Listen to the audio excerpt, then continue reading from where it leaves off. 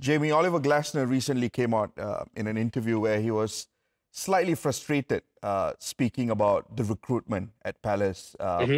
He was primarily coming from the angle of, look, we've got the Conference League, we're going to be in Europe. We knew the fixtures were going to get congested at some point. We could have prepared the team in terms of numbers and squad depth, but we didn't. So he was coming from an angle of squad depth. But I'm also wondering, forget about squad depth, purely from a quality point of view as well. In the last couple of seasons, you've lost Olise, you've lost Olise Eze, two players who have been such a central part of everything positive you try and do in the final third. But the replacements, I mean, Jeremy Pino has been encouraging, but he hasn't been up to Eze's influence. Eddie Nketiah, on the other hand, hasn't also stepped up in that, number 10 role as well. No.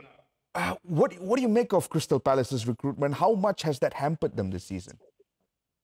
Well, you'd have to argue that it's been poor. You make the argument about, Olise going, about losing Eze. They had an unbelievable season last season. They got themselves a trophy. They've got themselves European football. Go and make a stance. Go and make a statement to the league and say, right, we know we're going to lose Eze because Arsenal come in for him, but we're going to go and sign someone top quality. We're going to go and bring in a top player to replace him. We're gonna fill the squad with players because we know we're going to be playing eight games in December. And you saw tonight, it's caught up with them. They were flat. They didn't have that extra, that yard, that quick bit of tempo to move the ball. I've played in, when you're playing a 15-game run or you have an 8-game run and you're playing the same team, your legs are heavy.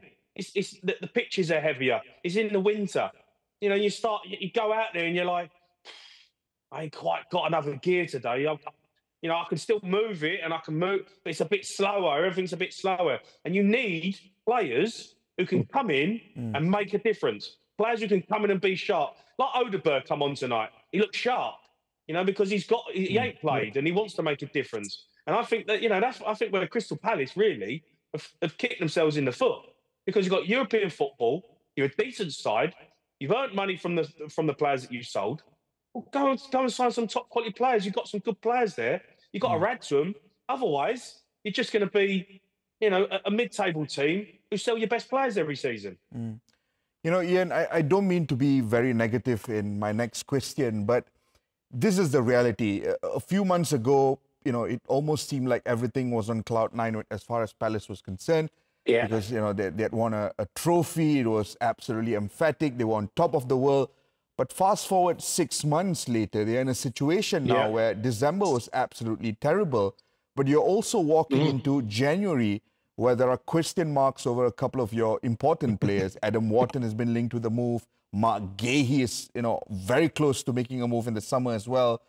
Oliver Glasner, perhaps not January, but his near-term future is also up for debate. At the same time, Mateta has indicated that he would one day love to play in the Serie A should there be an opportunity. Does this now feel like a moment where, the good project is being unpicked one by one? Well, I wouldn't quite say it being unpicked. I get what Jamie's saying, and I agree with most of it, I've got to say. What I am saying is a very difficult situation that Steve finds himself in. They've done this brilliant business by bringing Glasner in initially, okay, and then they had Dougie Friedman leave, and they've got Matt Hobbs there now, and so that there's a new sporting director, so it's taking time to get all these things in place. And what I'm saying, it's caught up with them very quick. Mark Gahey is the one. He's chose not to sign a new deal, and therefore it's likely that it's either going to go in January or go down the end of the summer, I suppose. Oliver Glasner's in the same boat. So this is, I suppose you could say, don't mean unravelling, but I do think, listen, I think the club is run in a very organised and disciplined manner. But, in the end, what more can you do but offer players contracts or offer managers contracts? If they say no, there's nothing much you can do. And I think the point Jamie makes about investing, I think I probably agree with that. But I also think we're not of a stature where like Spurs is ground, and you can imagine the income that comes in. So part of that is that they've got to make sure they keep ticking along. That's not meant rudely. They obviously they've got good backers and good supporters. But I think the manager thinks. I think some of the looking at the squad now that's squeaking a little bit. Maybe a few more acquisitions in the summer would have been a bit more. Yeah. Ian, you've been the manager at Crystal Palace. I mean, you know better than anyone.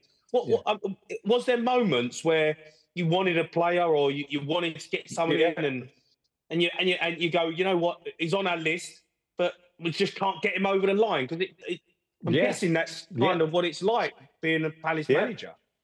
Yeah, I think it is. I think that. I mean, listen, I've seen behind the scenes what well, certainly the new stand looks like. It looks fantastic. I mean, you play at a great Spurs' ground now is just off the scale. And part of that is, listen, what they've done brilliantly, Jamie, is they've invested in all this training ground infrastructure. That takes you so far.